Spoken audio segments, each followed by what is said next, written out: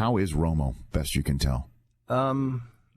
As good as you could hope for. He's a tremendous competitor. Yeah, indeed. And finally, he's gotten smarter every year. One of the things I respect about him the most is that he has found something to improve by working on it mentally and then mechanically every year. Footwork, grip, arm slot, something different. And he really felt he'd put his core problems that resulted from the past back issues behind him. He was ready to go. He felt like, and he could look around. They had Elliott, and Ron Leary's a big plus in the offensive line, making it gel, and they're looking around. He said, let's go.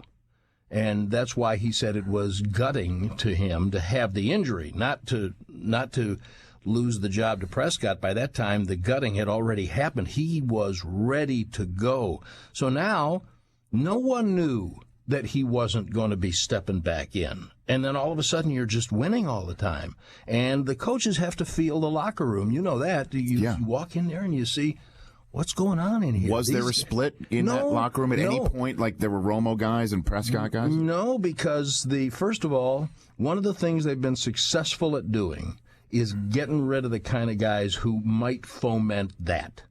And you can't not like Dak Prescott. If you're around him and you watch how he is. I went up to offensive linemen, no microphones, the first week of the season, coming out of preseason, because I know those guys pretty well. Sure. And I would take them aside and say, what don't I know? How is he in the huddle? How is he their eyes got big, like 50-cent pieces. And veteran offensive lineman who said, he's great. And nothing rattles him. Seems incredible. I mean, it's incredible. And it's not all perfect. He's sure. He's leaving stuff on the field that in 2 years he'll see better. And are there things that Romo would see? Of course there are, but nothing rattles him. No situation scares him. Nothing's too big for him. Has anything in your years of watching Dallas Cowboys football, anything, triplets and anything compare to what has happened? This. Not because of that position and what was expected. If he hadn't had the DUI, he'd have been a third-round pick, right, instead of a fourth. So we know that the league sometimes makes those mistakes.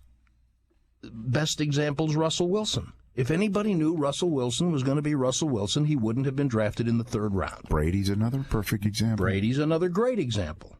But they don't happen very often. No. So with him, once they got through preseason and you could see that those situations, he's a different guy running the team than he is in drills.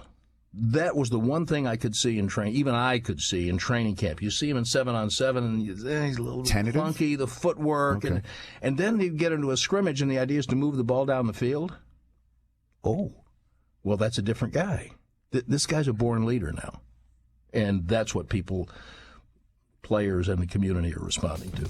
The Rich Eisen Show, weekdays at noon Eastern on Audience.